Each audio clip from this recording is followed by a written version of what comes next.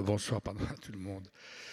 Alors, nous allons achever cet après-midi ici avec quelqu'un très intéressant. Vous connaissez pour beaucoup, j'imagine, bien, puisqu'il s'agit de l'imam de Bordeaux, Tarek Oubrou. Je l'ai connu il y a quelques années et on a fait dans toutes ces années, on a fait plusieurs rencontres. Et c'est quelqu'un de passionnant à plusieurs titres. D'abord, c'est quelqu'un qui a changé la vision des choses qu'il avait plusieurs fois au cours de sa vie. C'est toujours bon signe que de savoir changer d'avis entre l'âge de 15 ans et l'âge qu'il a une soixantaine d'années. C'est intéressant surtout par quelqu'un qui est mené par des convictions profondes. C'est une personne qui est venue en France et qui a étudié les sciences, biologie, médecine. Et que d'un coup, il écrit lui-même qu'il rencontre Dieu en 1 minute et toute sa vie est changée. Et ensuite, c'est un imam qui a mené toute sa vie adolescence et adulte en France et qui, sur certains sujets, a changé d'avis. C'est-à-dire qu'il y a quelques années, il était considéré comme, quelques années, plus de 10 ans, il était considéré comme un imam très conservateur. Et de plus en plus, il a changé d'opinion sur un certain nombre de points importants qui font que maintenant c'est, en France en tout cas, un des imams considérés comme les plus libérales et qui est d'ailleurs, à ce titre, un imam de réconciliation avec le pays dans lequel il habite. Et donc, à ce titre, il est très sollicité par les autorités politiques de ce pays.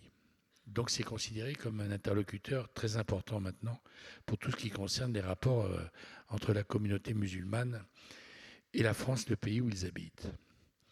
Et donc, c'est ça qui est intéressant chez lui. Et on finira évidemment par le sujet du jour. Est-ce que lui, en âme et conscience, connaissant la communauté musulmane comme personne et connaissant la société française dans tous ses détails, puisqu'il a rencontré du haut jusqu'au bas de l'échelle des Français, est-ce qu'il espère vraiment que rapidement ou dans un avenir proche, ces deux communautés qui semblent fracturées de plus en plus, est-ce qu'il a une vraie espérance et sur quoi se fonderait cette espérance? Sur le fait que le peuple français se trouve uni, quelle que soit sa religion. Merci.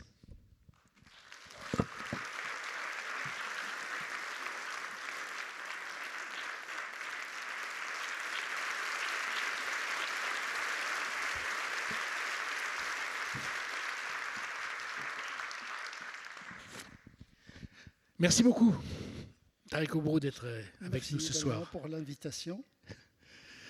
Et juste un mot, vous connaissez Pau, vous, depuis longtemps? Oui, j'étais imam pendant 3 ans ici à Bordeaux, à Hausse-des-Bois, pendant 3 ans. 3 ans imam à Hausse-des-Bois, à Pau. Imam des caves.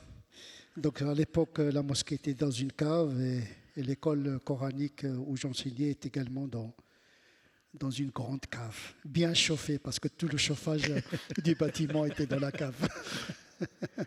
On a oublié ça, mais dans son premier livre, l'imam des caves, aucune mosquée n'était autorisée, sauf la mosquée existante. Et toutes les réunions avaient lieu dans des caves pour de vrai.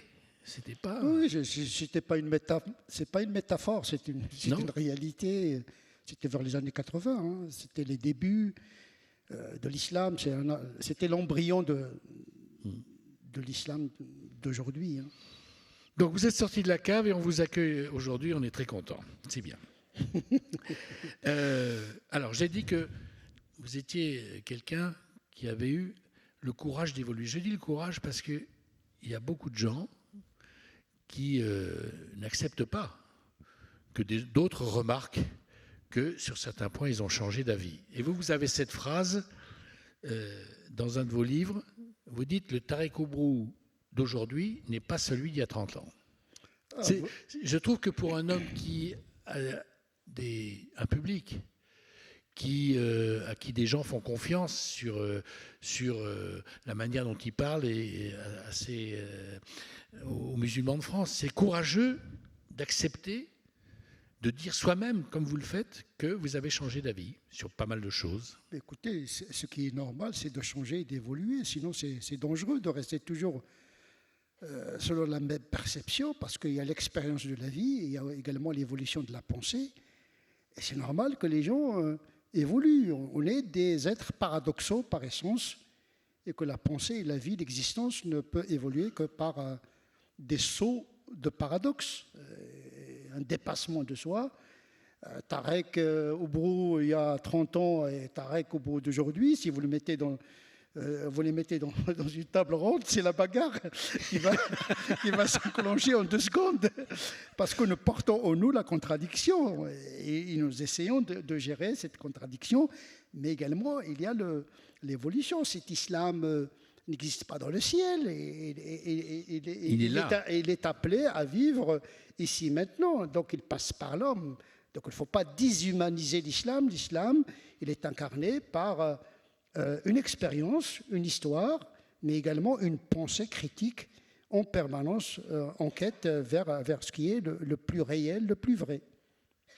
Alors, ce qui est bizarre, c'est que vous étiez un étudiant scientifique. Biologie et médecine ont été vos domaines d'études quand vous étiez jeune. Et vous dites en 1 seconde, j'ai rencontré Dieu, et ma vie a été complètement changée du jour au lendemain. Juste un mot sur cette... on lit dans les livres, mais pour ceux qui ne l'ont pas vécu, on ne se rend pas compte du choc que vous avez dû ressentir, j'imagine. Oui, la foi, c'est une expérience intérieure, c'est presque de la mystique. Moi, j'ai été élevé dans une famille très sécularisée au Maroc. Très sécularisée? Oui, des parents enseignants, francophones, francophiles. J'étais musulman de culture, mais à l'âge de 19 ans, en 2 secondes, j'ai reçu un coup de foudre. Heureusement que le coup est passé, mais la lumière de la foudre est restée. Et donc, c'est l'expérience, je dirais, mystique. Ce n'est pas du rationnel, ce n'est pas des mathématiques, ce n'est pas la physique. On est dans un autre régime du savoir par la perception gnostique intérieure. Donc, on est dans une autre épistémologie du savoir par l'expérience de la rencontre de ce qu'on appelle le divin. Ce qu'on ne peut pas nommer. Quelque chose qui vous habite, qui vous renverse complètement. Depuis ce jour-là, ma vie a été complètement renversée. Vous étiez où? J'étais à l'époque à l'internat d'un lycée à Agadir, 6 mois avant de venir ici faire mes études scientifiques à Bordeaux. Et donc, je suis sorti du Maroc complètement... Vous étiez seul? Tout seul, oui. Une nuit? C'était pas... oui, comme ça. Comme ça? Non, c'était quand même pendant une prière. C'était c'est une prière. Je me souviens très bien, pendant la 4e prière canonique, c'était pendant une prosternation, et cette prosternation, tout a été... Voilà. Depuis ce jour-là, je vis sous l'inertie de cette prosternation où j'ai découvert vraiment ce coup de foudre mystique. Et voilà. J'essaie de rationaliser ce moment par ce qu'on appelle par la suite. J'ai dû parce que j'avais la foi, mais je n'avais pas le savoir. La foi, c'est une énergie, elle peut être explosive. Et donc la foi, c'est quelque chose de redoutable. Il a besoin de l'éclairage de la raison. Donc j'avais la foi, mais je n'avais pas beaucoup de connaissances. Voilà. Donc j'ai dû arracher la connaissance religieuse, la théologie spéculative, la théologie mystique, le droit canonique, l'herméneutique, etc., pour pouvoir justement éclairer cette foi pour qu'elle soit plus en ancrage avec le réel. Et on a parlé d'une deuxième évolution. Je ne sais pas si vous approuvez ce que je dis et ce que d'autres pensent, c'est que on se souvient qu'en 2014, donc il y a quelque temps, vous aviez désapprouvé la loi sur l'école, le port du voile à l'école, et vous êtes devenu maintenant, en quelques années, on dira l'imam qui représente l'aile libérale de l'islam. Est-ce que vous avez changé d'avis et pourquoi? Non, au départ je lisais la religion musulmane en abstraction du réel parce que je n'étais pas encore français. Je ne me suis pas encore marié. Donc voilà, je pensais l'islam en fonction de ce que j'étais, comme beaucoup de musulmans. Vous étiez un jeune garçon. Avant le mariage, j'étais étudiant, je n'étais pas français, donc j'étais dans une perspective d'un retour au Maroc. Donc, pour moi, l'islam, c'est l'islam du bled, en rapport avec une culture majoritairement musulmane. Du pays d'origine.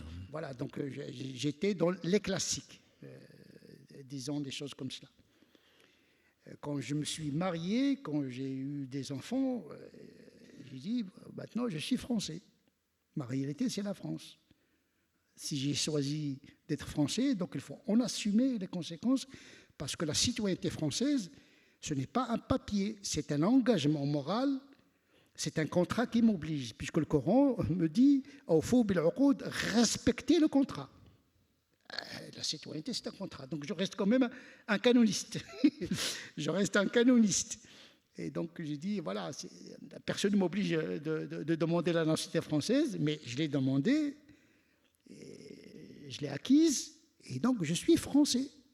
Donc j'appartiens à un destin, à la République, à une histoire, à la France. Donc depuis lors, je ne lis plus les textes de la même manière. C'est-à-dire, en réalité, lire le Coran et la tradition des prophètes se fait avec deux manières. Lire le texte dans le contexte du texte, c'est une chose. Essayer de comprendre le Coran, comment il communiquait avec les contemporains, comment le prophète parlait avec les Arabes de l'époque. Il ne faut pas oublier que le Coran est 7e siècle.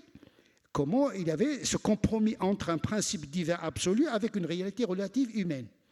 Ce qu'on appelle l'herméneutique fondamentale. Comprendre la communication divine dans une coupe historique bien définie. Mais comprendre le Coran et la tradition du prophète ici maintenant, c'est l'herméneutique appliquée. Et donc il faut changer d'épistémologie, c'est-à-dire à partir de la réalité française, la laïcité, le droit, la culture. Donc j'étais obligé d'étudier les sciences humaines, le droit, la philosophie politique, les principes de la République, parce que c'est ma réalité, c'est à partir de cette réalité que je vais lire les textes.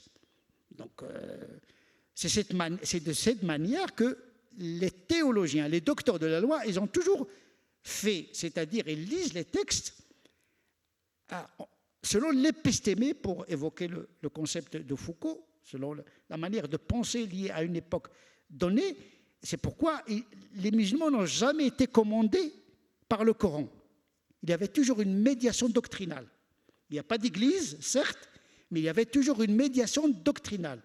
Le commun des musulmans n'interprète pas directement les textes. Il a besoin d'une doctrine herméneutique qui lui permet de passer à l'interprétation des informations scripturaires. Parce que dans le texte, on peut trouver la chose son contraire. Les textes, parce qu'ils ont été révélés dans des réalités contradictoires. 23 ans de révélation, la révélation a composé avec... Parfois il y a des guerres, parfois il y a la paix, parfois il y a la réconciliation. Donc les versets ne se révélaient pas dans les mêmes circonstances. Donc j'essaie de comprendre les textes, comment ils ont fonctionné à l'époque du prophète, pour en tirer un paradigme pour pouvoir le comprendre et l'appliquer ici maintenant. C'est-à-dire qu'il faut extraire l'esprit du texte pour l'enrober, l'envelopper par la culture où je me trouve. C'est à partir de là que j'ai commencé à reformuler ma pensée, parce qu'une religion, ça se vit, mais ça se pense également. Donc je suis un pasteur, certes, un imam, qui est en charge d'une communauté spirituelle, mais je suis dans une communauté nationale, dans une réalité française, 21e siècle, il ne faut pas se tromper de siècle.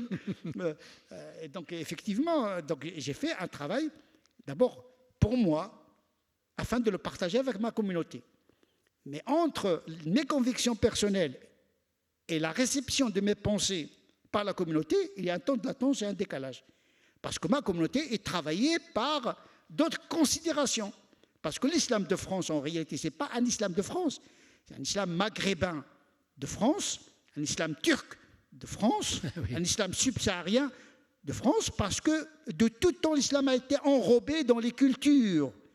Or, aujourd'hui, ce qui empêche l'intégration de l'islam dans la culture occidentale, ce sont les cultures d'origine qui se sont amalgamées avec la religion. C'est comme le principe actif qui se confond avec l'excipient. La religion, c'est un principe actif qui a besoin d'un excipient culturel, mais ma culture, je suis marocain au Maroc, mais ici, c'est la culture ambiante que je dois prendre en considération, non seulement le droit, parce qu'à un moment donné, j'avais fait l'erreur de conceptualiser, de théoriser l'islam en fonction du droit positif français. Donc adapter la pratique musulmane en fonction de ce que dit la loi. Si la loi me permet de porter des babouches, je vais porter des babouches. Mais en réalité, je me suis trompé. À force des lectures, bien sûr, il faut étudier beaucoup. Hein. J'ai découvert que la culture, elle est plus normative que le droit. La culture est Elle est plus normative que le droit. normative que le droit. Et oui, c'est la culture qui crée le droit. Donc agresser une culture peut aboutir à changer la loi. Donc, ce que j'appelais la charia de minorité, la contraction de la charia pour qu'elle s'adapte au droit français. C'est-à-dire que le droit du musulman, c'est le droit français, dans le cadre duquel le musulman va choisir des options éthiques personnelles à condition de ne pas troubler l'ordre public établi par la loi. Donc, je théorisais la visibilité de l'islam dans l'espace public en fonction uniquement du droit. Or, le droit, il est favorable à l'expression religieuse en privé, en public, individuellement et collectivement. C'est ça la définition de la laïcité. La laïcité, c'est pas anti-religieux. C'est pas anti-religieux, bien sûr. Oui. À une seule condition, ne pas troubler l'ordre public établi objectivement par la loi. Ça, c'est le côté rationnel. Donc, il y a un droit qui est favorable à la liberté publique, à la liberté individuelle, à l'expression religieuse, à une seule condition, ne pas troubler l'ordre public établi par la loi. C'est ça ce que disent les textes. Mais on est dans une culture laïque rétive. Là, on est dans la culture. Une culture laïque rétive à toute expression de la religion dans l'espace public.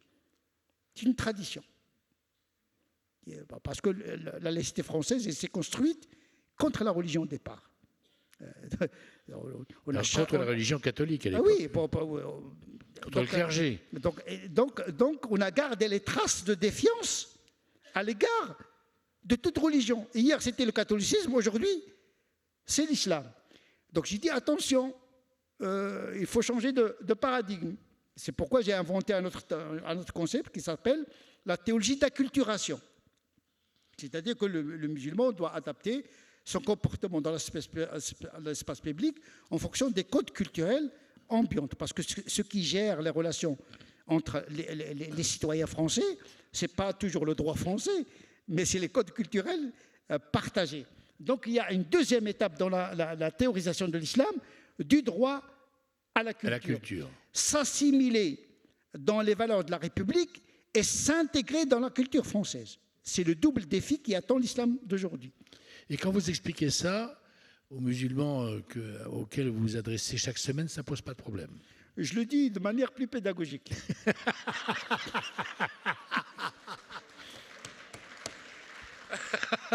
Là, je le dis brutalement, mais il faut mettre les formes. On dit la pédagogie, c'est la répétition de différentes manières, etc. L'idée est simple, mais il faut toujours l'agrémenter avec des arguments, etc. Et d'accompagner une communauté qui subit beaucoup de pression. Il faut le souligner. Beaucoup de malentendus. Et qui passe également par une crise identitaire, à l'image de la France. Donc tout le monde est crispé. Il y a une peur, et cette peur, il faut la transformer en une peur heuristique, c'est-à-dire qui nous permet d'éviter le choc. C'est une peur positive, comme l'espérance doit être également positive. Juste un retour en arrière. Vous avez dit tout à l'heure, j'ai eu 4 enfants et je me suis marié en France. Est-ce que le fait d'avoir des enfants vous a aidé dans l'évolution qui est la vôtre? Vous avez été obligé de leur expliquer des choses.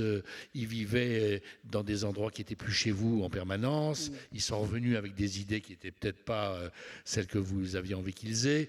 Est-ce que ça a forgé le rapprochement avec la culture du pays où vous aviez choisi de devenir citoyen? Et d'abord, la première évolution, c'est mon évolution personnelle, déjà. Et puis avec le mariage, deuxième révolution. Vous en avez eu des coups de foudre dans votre vie, si je comprends bien. Et oui, voilà, les coups de foudre se succèdent.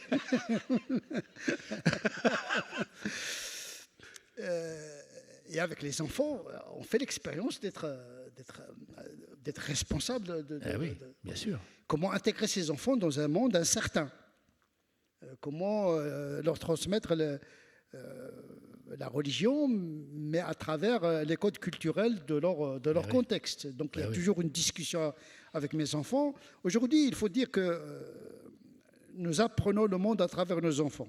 Ils sont plus connectés que nous. C'est la première fois dans l'histoire de l'humanité où les parents apprennent des enfants. C'est vrai, vous avez raison. C'est un changement qu'on a... Un changement anthropologique. C'est une révolution, c'est une rupture anthropologique.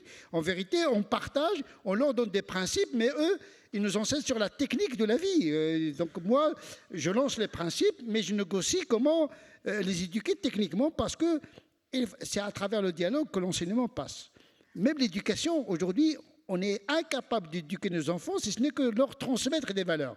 Parce qu'ils sont traversés par d'autres modes de communication, l'école, l'Internet aujourd'hui, etc., etc. Donc, il y a une forme de compétition, de transmission des valeurs. Et donc, effectivement, je dois intégrer toutes ces difficultés. Donc, pour moi, ma famille était aussi un laboratoire d'expériences existentielles, du vécu religieux, dans un pays laïque. D'ailleurs, la plupart de tous mes enfants, je les inscrits dans des établissements privés catholiques, parce que je pense que c'est vrai, nous sommes dans un pays laïque, mais c'est un pays catho-laïque, pour dire les choses. C'est vrai. Oui, parce que notre laïcité est à dominante culturelle catholique. Ce n'est pas une laïcité abstraite, hein. C'est une catho-laïcité. Donc, il a encore les traces du catholicisme. Donc le catholicisme, on ne peut pas comprendre la République, on ne peut pas comprendre l'histoire de France si on n'a pas étudié l'évolution du catholicisme, même s'il est aujourd'hui sécularisé. Mais la culture reste quand même structurante du mode de la pensée, même des Français les plus athées, ils restent, cognitivement parlant, fonctionnant avec le logiciel chrétien en général et catholique en particulier. Moi, j'ai fait un peu de l'archéologie de la laïcité, donc on est devenus vraiment des spécialistes de la laïcité. On a une laïcité, malheureusement, qui a omis un moment de contribution de la pensée arabo-musulmane. Parce que notre laïcité d'aujourd'hui n'est pas une génération spontanée. C'est vrai, il est à dominante culturelle catholique, mais la pensée arabo-musulmane qui a habité l'Europe pendant 6 siècles. Une partie de l'Europe. Elle était à Paris. L'islam était présent par la pensée, la philosophie. Ah oui, oui. Aujourd'hui, il est présent physiquement, mais civilisationnellement est absent. Mais à une certaine époque, civilisationnellement parlant, il habitait l'université de Paris. Même si physiquement, les musulmans étaient l'ennemi, politiquement, mais intellectuellement, comme disait Gustave Le Bon, les Arabes nous ont éduqués pendant 6 siècles. C'est dur de le dire, c'est même humiliant. Gustave Le Bon, hein, c'est l'auteur de La psychologie des foules, et un gros ouvrage sur la civilisation des Arabes. J'ai lu un livre en 5 volumes de Georges Lagarde qui s'appelle « La naissance de l'esprit laïque au déclin du haut Moyen-Âge ». C'est-à-dire, le nom de la cité, il remonte au XIIe siècle. il y a une laïcité par le politique, avec les rois, notamment le roi Bel, qui s'est opposé au pape. Il y avait un souci d'émancipation politique par rapport à l'Église au IIe siècle. Mais il y avait également un point d'inflexion philosophique, laïque, qui a été introduit par la pensée d'Avicenne et d'Averroès. Paris au IIe siècle, c'est-à-dire la France, était séparée en deux. Le séparatisme, ça remonte déjà à loin. Il y avait la France averroïste et la France anti-averroïste. IIe siècle. Donc, Georges Lagarde, dans un de ses volumes, il réserve cette histoire de la contribution de la pensée arabo-musulmane à ce qu'on appelle aujourd'hui la laïcité française. C'est-à-dire que la pensée arabo-musulmane n'est pas étrangère à la civilisation occidentale. Il faut que nos enfants sachent que les musulmans ne sont pas aussi étrangers que cela à cette civilisation occidentale qui est le fruit d'un apport universel, gréco-romaine, judéo-chrétienne, arabo-musulmane. Bien sûr, c'est dur de faire avaler ça à des gens qui considèrent que les Arabes n'ont jamais contribué, mais le fait historique, rien que les faits sont têtus. Donc effectivement, cette laïcité, je dois l'étudier pour pouvoir connaître ses origines et ses déploiements aujourd'hui. Donc je l'intègre dans l'économie de mon discours religieux. D'un côté, il y a un droit, et d'un côté, il y a les mentalités, il y a une culture, il y a une situation de crise identitaire française que je dois prendre en considération dans mon discours musulman. Parce que je dois permettre aux musulmans de s'intégrer sans troubler l'équilibre laïque de la société. Donc je dois prendre en considération la société française. Je dis toujours que je suis l'imam des interfaces. Je suis l'imam des interfaces. Je dois être dans la communauté et en dehors de la communauté en même temps. C'est comme la mécanique quantique, non localisée. C'est comme l'esprit. Il est dans le corps et en dehors du corps. Il ne faut pas que je sois toujours dans le communautarisme, c'est-à-dire penser l'islam qui pense avec lui-même, les musulmans qui pensent avec eux-mêmes. On a besoin d'une théologie d'altérité et d'une éthique d'altérité. Donc il y a un travail intellectuel qui est le fruit d'une expérience. Le mariage, les enfants, la rencontre avec les chrétiens, avec les juifs, avec les athées, etc. C'est ça qui nourrit ma pensée théologique aujourd'hui. Alors, un point sur lequel j'aimerais avoir votre réflexion. De toutes les religions qui existent, monothéisme en tout cas, ou même ailleurs, aucune religion, jusqu'à plus ample informée, n'a de volonté de conquête. La chrétienté, elle l'a été, bien entendu.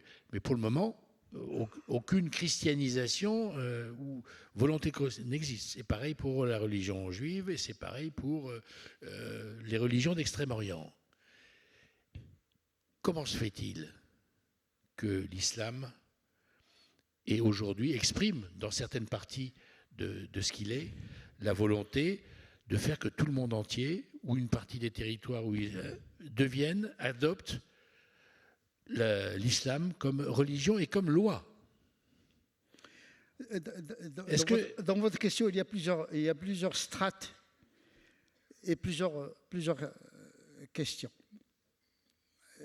Pour répondre à tout cela, je vais essayer de faire un concentré. Non, mais juste, est-ce que l'islam, qui est perçu comme une religion de conquête, c'est un sentiment qui est légitime de penser ça, quand on n'est pas, quand on est un observateur normal? Toutes les religions du salut, le christianisme et l'islam, ce sont deux religions du salut qui veulent sauver les gens, sauver les âmes dans le delà. Vous comprenez ça? Donc, c'est une forme de générosité. Moi, je ne veux pas entrer tout seul au paradis. Je veux faire entrer le maximum possible de gens au paradis. Sauf que entre proposer et imposer, il y a une différence.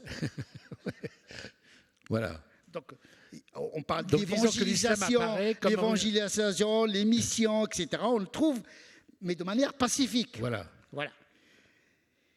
ce qui s'est produit pour les musulmans, j'explique, on peut parler des croisades, on peut parler... Oui, non, mais ça, c'est le Moyen-Âge révolu. Voilà.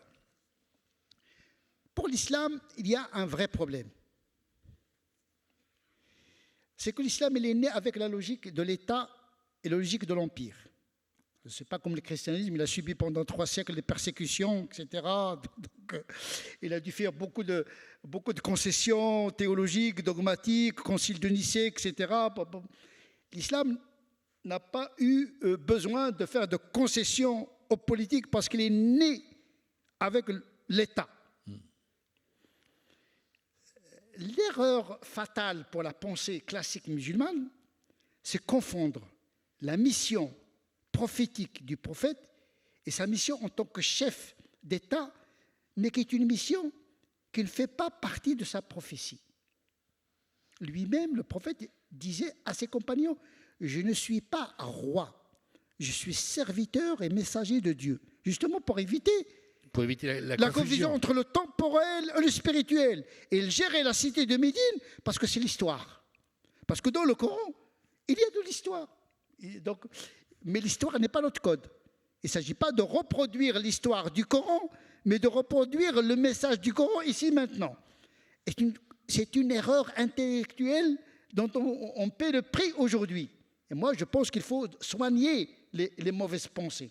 Et c'est mon travail d'abord. Parce que changer la perception, c'est changer le comportement. Donc je suis un docteur de la loi, je refonds la perception de notre religion pour qu'on vive tranquillement avec les autres. Et donc l'islam, il est né avec la civilisation. Et à un moment donné, on confond islam avec petit i, islam avec grand i. Islam religion, islam civilisationnel. Beaucoup de musulmans vivent l'islam en tant que civilisation. C'est une erreur monumentale. L'islam, c'est une spiritualité qui appartient au régime de l'esprit, parce que les civilisations naissent pour disparaître. Les systèmes politiques changent, mais l'esprit, lui, ne change pas. Le judaïsme, le christianisme, le bouddhisme sont des spiritualités. Alors pourquoi tous les autres religions ont réussi là où l'islam échoue? Je suis en train d'expliquer que le fait que l'islam naisse avec la logique de l'empire, la conquête politique est devenue comme une conquête religieuse. Parce qu'on pensait, en réalité, le prophète n'a jamais fait des guerres pour imposer la foi. C'est une erreur grave, puisque le Coran dit tu n'as pas à contraindre les gens pour devenir des croyants. Le Coran est peut-être le texte sacré le plus clair en la matière. La ikraha fi din, point de contrainte en matière de religion. S'il y a guerre, c'est pour se défendre. Pour défendre sa foi, pas pour l'imposer. Parce qu'il faut savoir que l'islam, il est né dans un contexte où il y a beaucoup de religions. Ils ont vu dans l'islam une religion concurrente. Donc les polythéistes, les autres communautés, etc. Attaqués, oui, bien sûr. Tous les prophètes ont été combattus. Jésus, tous les prophètes. C'est normal qu'une religion nouvelle, il a une hostilité qui se déclenche de partout. Des forces établies, oui.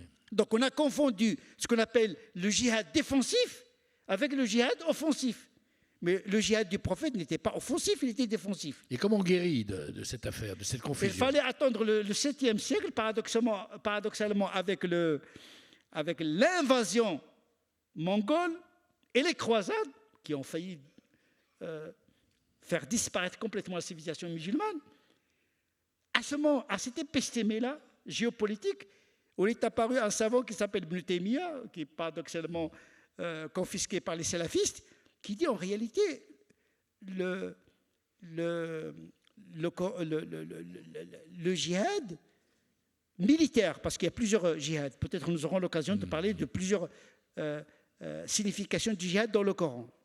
Le djihad, ici, c'est le djihad militaire, qui s'appelle le qital, qui est le combat.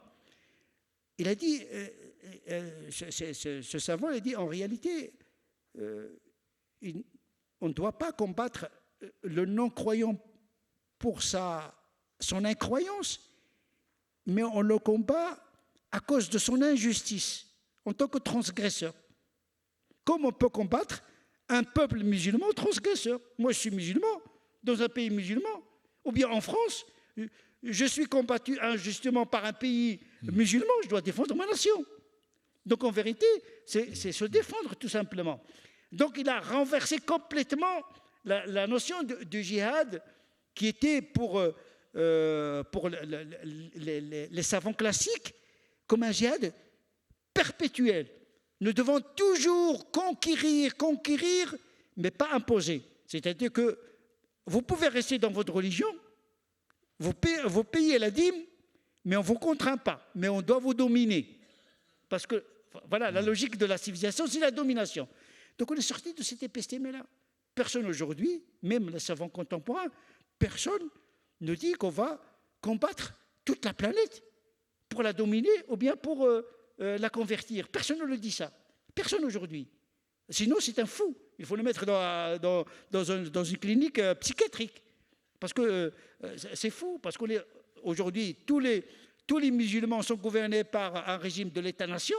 On n'est pas dans un système califal. Il a été aboli déjà au siècle dernier. Donc, qui va déclencher le djihad interne? On n'a pas de pape, on n'a pas de calife. Et même le calife ne gouvernait pas tout le monde musulman. Les Ottomans ne gouvernaient qu'une partie du monde musulman. Oui, bien sûr. Donc, effectivement, le djihad, d'abord, comme a dit le prophète, le djihad majeur, c'est le combat moral contre soi-même, l'ennemi qui nous habite. Parce que c'est trop facile de trouver un ennemi extérieur, mais en vérité, l'ennemi, c'est nous-mêmes, notre ignorance, notre faiblesse. Le prophète a dit à un de ses compagnons, commence par toi-même et fais le djihad contre toi-même. Donc il y a le djihad moral, il y a le djihad intellectuel qui s'appelle ijtihad, c'est-à-dire l'effort jusqu'à l'épuisement pour accéder à la vérité. Il y a le djihad social, il y a plusieurs typologies de djihad. Le djihad, étymologiquement parlant, veut dire faire l'effort. Voilà, faire l'effort. Tendre vers quelque chose par le biais de l'effort. C'est ça le djihad. Et faire l'effort de faire le combat militaire n'est qu'un aspect de djihad dans la légitime de défense, tout simplement, ce qu'on appelle aujourd'hui la guerre juste. Alors, le djihad aujourd'hui, nous avons aujourd'hui des soldats musulmans dans l'armée française. Ils sont accompagnés par des aumôniers militaires musulmans. Il faut le djihad pour leur nation, parce qu'ils sacrifient leur âme pour leur nation et pour Dieu. Vous comprenez? Ça veut dire qu'on donne un sens à cet effort au cas où il y a la mort. La mort n'est pas absurde, d'une certaine manière. Il faut donner une raison, oui. Donc, effectivement, ce que j'appelle, moi, le djihad, le djihad républicain pour défendre la nation française.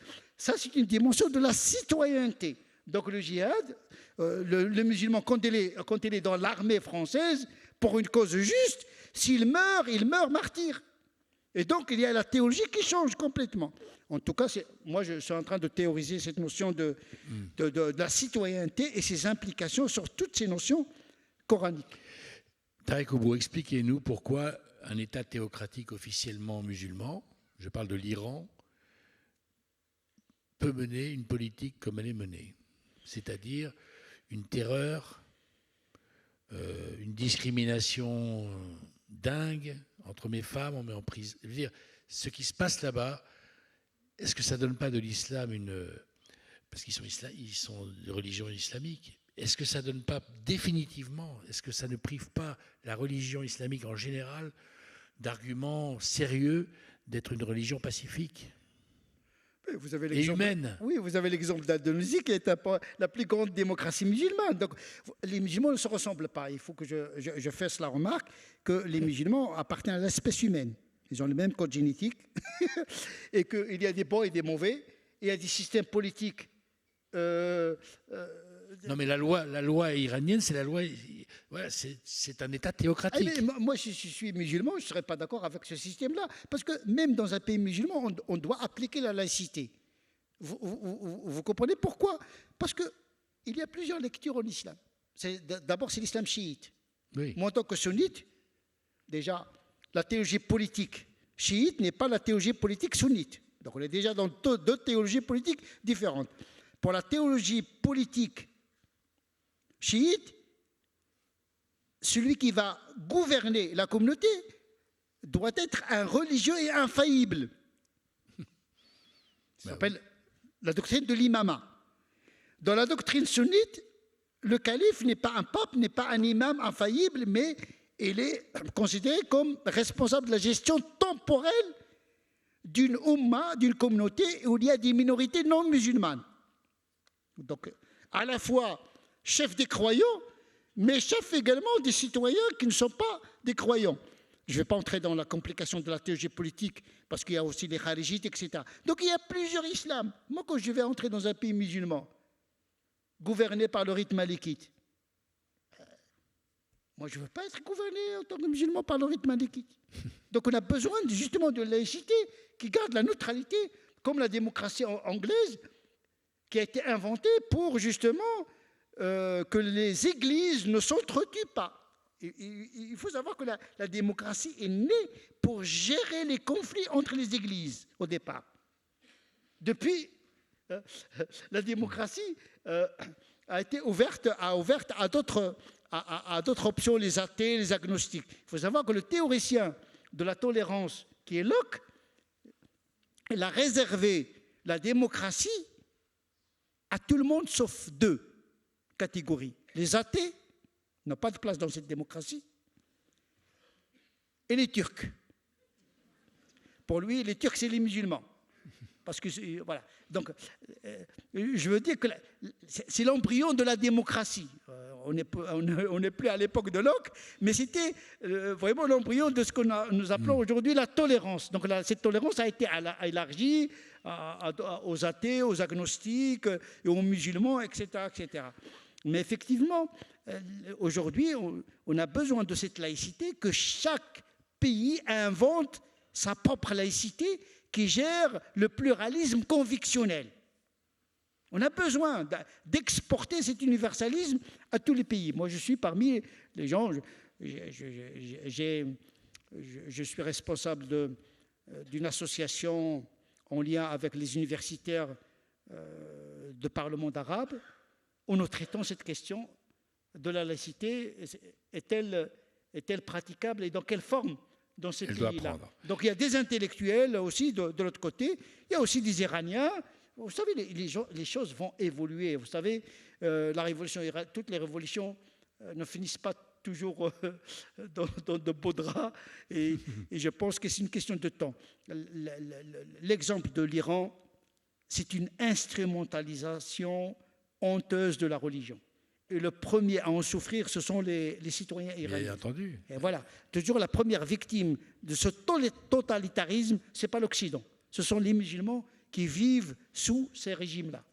Et donc, comment accompagner les peuples pour s'approprier cette démocratie? Parce que la démocratie ne s'impose pas par le haut, c'est une culture, la démocratie. Donc ça passe par l'éducation, ça passe par les échanges, etc. La démocratie en Occident n'est pas née du jour au lendemain. C'est une gestation qui était longue depuis le Moyen-Âge, en passant par le siècle des Lumières, par la Révolution. Donc effectivement, il faut, je pense, accompagner ces peuples dans leur propre évolution à partir de leur histoire. Alors, une question, Tarek Oubrou.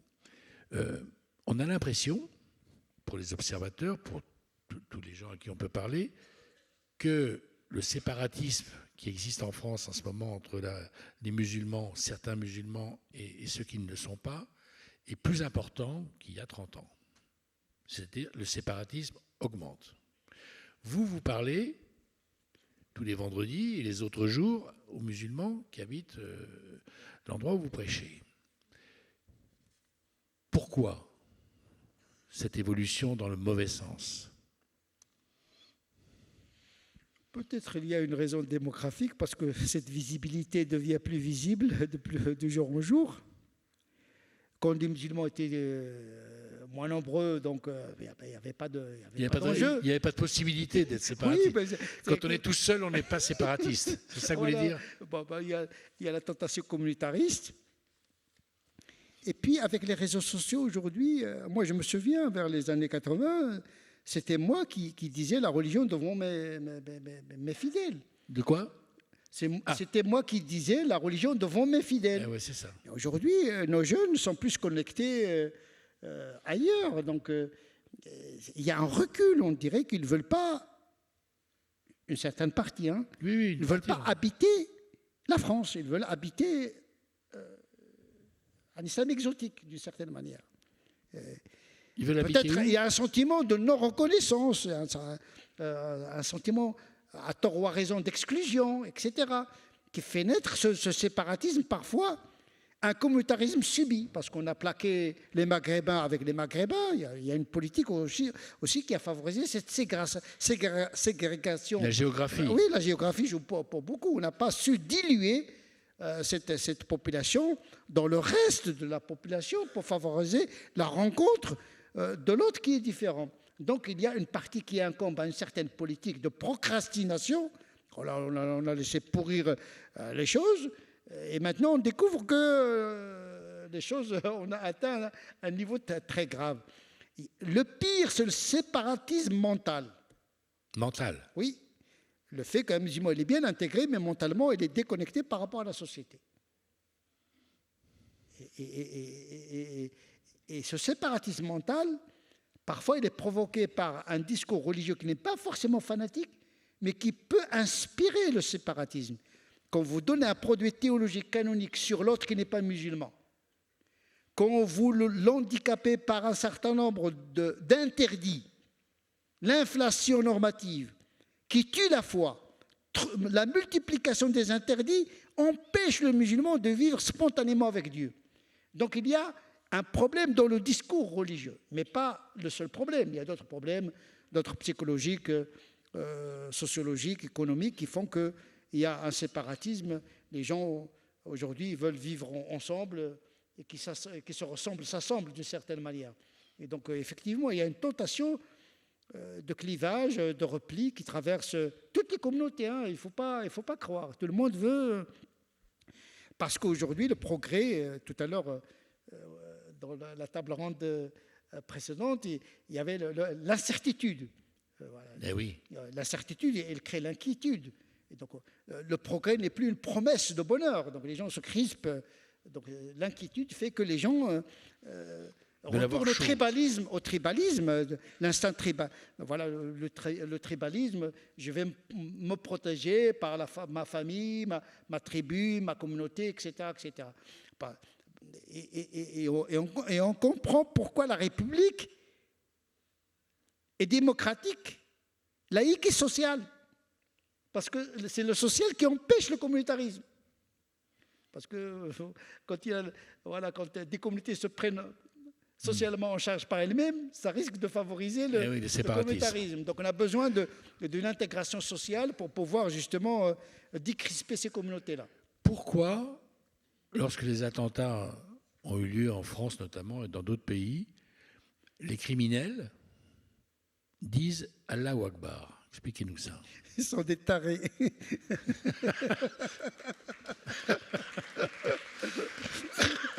Allahu Akbar. Dieu est grand. Bien sûr que Dieu est grand, mais vous êtes minables. Pourquoi impliquer Dieu dans les crimes? C'est ça qui est aberrant. C'est pas nouveau. Hein.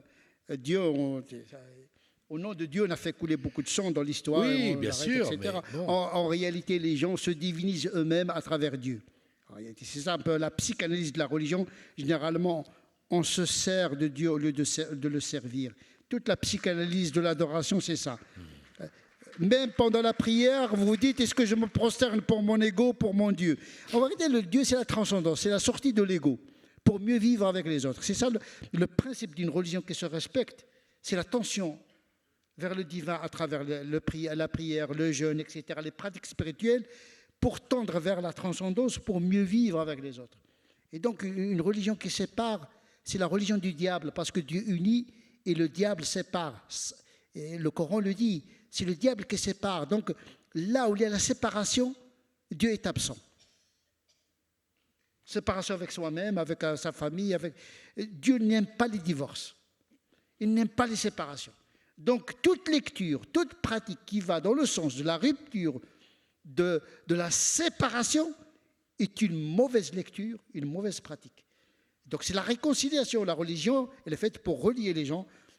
Et au-delà de nos différences. Et pourtant, que de morts au nom de la religion. Pardon? Et pourtant, que de morts au nom de la religion. En réalité, comme je dis, vous savez, la religion en tant que telle n'existe pas. Ce sont des hommes qui s'approprient cette religion. Hein. Ouais. Donc le problème, c'est le problème des hommes, ce n'est pas le problème de Dieu, parce que Dieu, il a laissé les hommes se débrouiller entre eux. Alors, en tout cas, en islam, il n'y a pas d'incarnation. Dieu, il est resté dans le ciel et il a donné sa révélation. Débrouillez-vous avec ça. Vous aurez l'islam que vous méritez. Et c'est ça la liberté, le libre arbitre. Il ne faut pas se cacher de... Je me souviens un jour, j'ai fait une conférence et une personne m'a posé une question, j'ai répondu. Et cette personne m'a dit, Monsieur Brou, je ne vous demande pas votre avis. Je veux savoir ce que dit l'islam. Je lui ai dit, écoutez, allez chercher Monsieur Islam et posez-lui la question. Un jour, un autre m'a dit, moi je veux savoir ce que Dieu dit. Écoutez, mon vieux, montez chez lui et posez-lui la question. Moi, je vous livre ce que j'ai compris de ce que Dieu a laissé comme trace dans le Coran. Parce que le Coran, c'est une trace, ce n'est pas Dieu. Personne ne confond le Coran avec Dieu. Donc, cette distance entre le divin et l'humain me donne une latitude pour pouvoir interpréter, parce que je dois être acteur d'une religion qui me concerne. Dieu m'a laissé le Coran, la Bible, l'Ancien Testament, c'est un lieu de rencontre entre l'humain et le divin. Il n'y a pas de coercition. Il y a une liberté de penser. J'essaie de comprendre les versets. Les versets d'ailleurs du Coran s'appellent des signes, parce qu'il n'y a pas d'incarnation. Ce sont des signes. Et le signe indique, mais ne dévoile jamais la vérité. Il y a toujours le suspense herméneutique. Donc effectivement, je vous donne ce que j'ai compris de texte pour le pratiquer ici et maintenant. La révélation, c'est la révélation dans le Coran, mais la révélation de Dieu, c'est aussi dans la réalité où Dieu me parle à travers la réalité. Il faut que je comprenne ce que me dit la réalité pour réconcilier entre le donné révélé et le donné de la réalité. Donc, je vous propose cette lecture. Ne me parlez pas de Dieu et de l'islam. C'est à prendre ou à laisser. Parce qu'aujourd'hui, les croyants veulent accéder à l'absolu, la radicalisation. Ils veulent quelque chose de l'overdose, ce qu'on appelle digne. De puissant. La religion de puissant. Je ne veux pas l'humain. Mais écoutez, vous liquidez l'humain, vous liquidez le divin. Il faut humaniser cette religion et les musulmans doivent apprendre à introduire un peu d'humanisme dans le rapport à leur religion. Donc Dieu nous a laissé le choix de vivre notre religion parmi les autres. Nous sommes des citoyens français. Nous devons avoir une loyauté, une allégeance à la République, de vivre avec nos concitoyens, nos frères dans l'humanité, nos frères dans la République, parce que la devise fraternité également, il ne faut pas oublier ça. Il faut l'introduire dans l'économie de la théologie musulmane, ici, maintenant. Je voudrais qu'on finisse par le thème de ces journées, nos raisons d'espérer. Vous dîniez hier avec le nouveau cardinal et avec le grand rabbin. Si oui. Voilà, vous étiez ensemble à Royaumont, dans le nord de la France. Tous les hommes politiques appellent Tariq Obroux en disant comment vous estimez la situation, etc.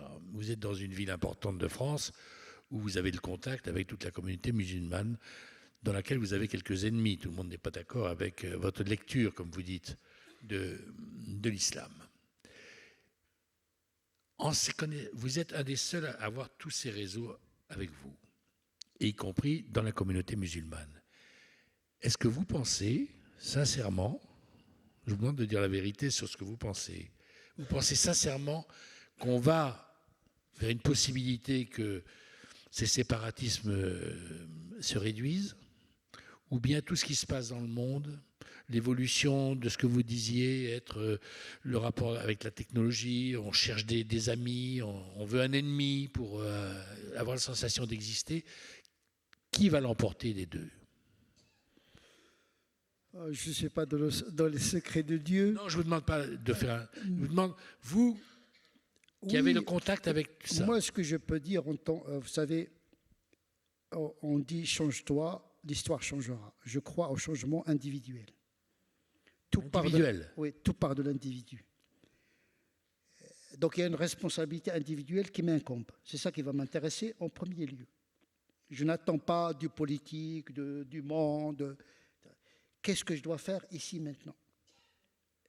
Tout le monde doit penser comme ça. Et l'espérance, c'est un espoir actif, un pessimisme de raison et un optimisme de volonté. On fait un constat, il y a un risque, et ça doit doper en nous la volonté de changer. C'est un catalyseur de l'action. Et donc, comme ça a été dit tout à l'heure, l'espérance, ce n'est pas une paresse de l'esprit, ce n'est pas de la passivité, mais on est espérant qu'après avoir accompli son devoir, sinon ce n'est pas l'espérance. C'est comme quelqu'un qui prend le train pour aller à Paris et prie Dieu et espère arriver à Toulouse. C'est se moquer du destin. Il n'y a d'espérance que lorsqu'il y a action. Et donc voilà, action, espérance. Moi je pense qu'il faut agir. C'est jamais trop tard. Il y a des problèmes dans le monde, il y a des problèmes. Mais il y a également des progrès également. Il faut voir un petit peu, heureusement, aujourd'hui, les sociétés sont plus prospères qu'avant.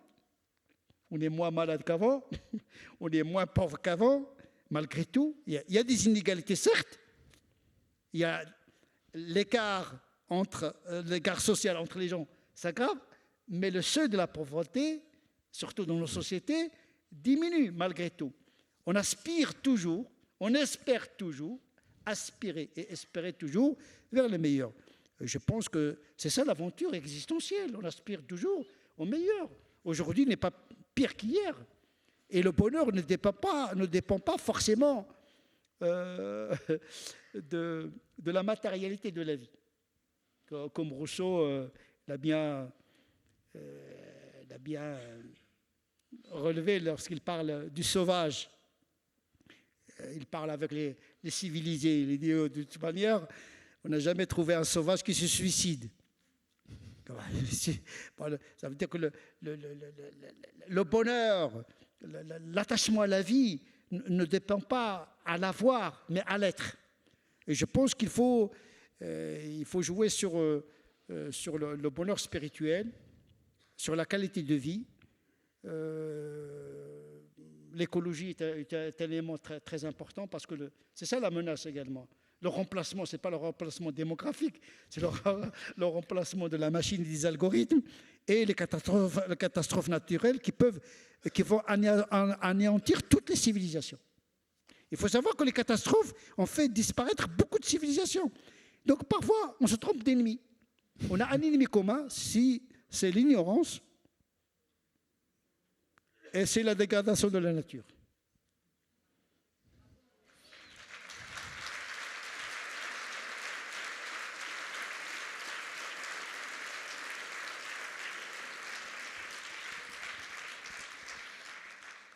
Il y a des gens qui vous menacent quand vous dites des choses pareilles? Je ne sais pas. Moi, je ne suis pas trop dans les réseaux sociaux, mais comme tout acteur, il y a ceux qui vous encouragent, il y a ceux qui cherchent votre peau. C'est comme ça. Il n'y a pas un être humain sur Terre qui n'a pas d'ennemi.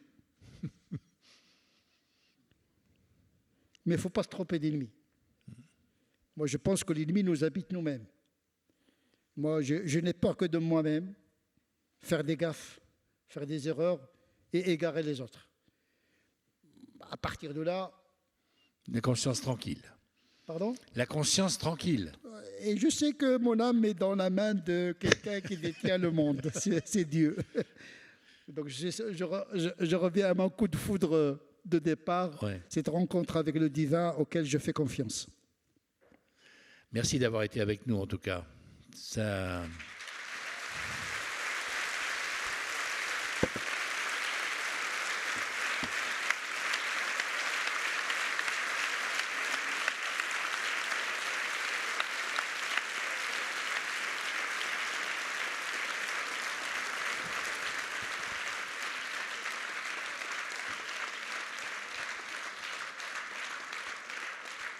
Je ne sais pas d'où ça vient, mais je l'ai ressenti comme ça. Vous avez été inspiré ce soir. Par qui, je ne sais pas.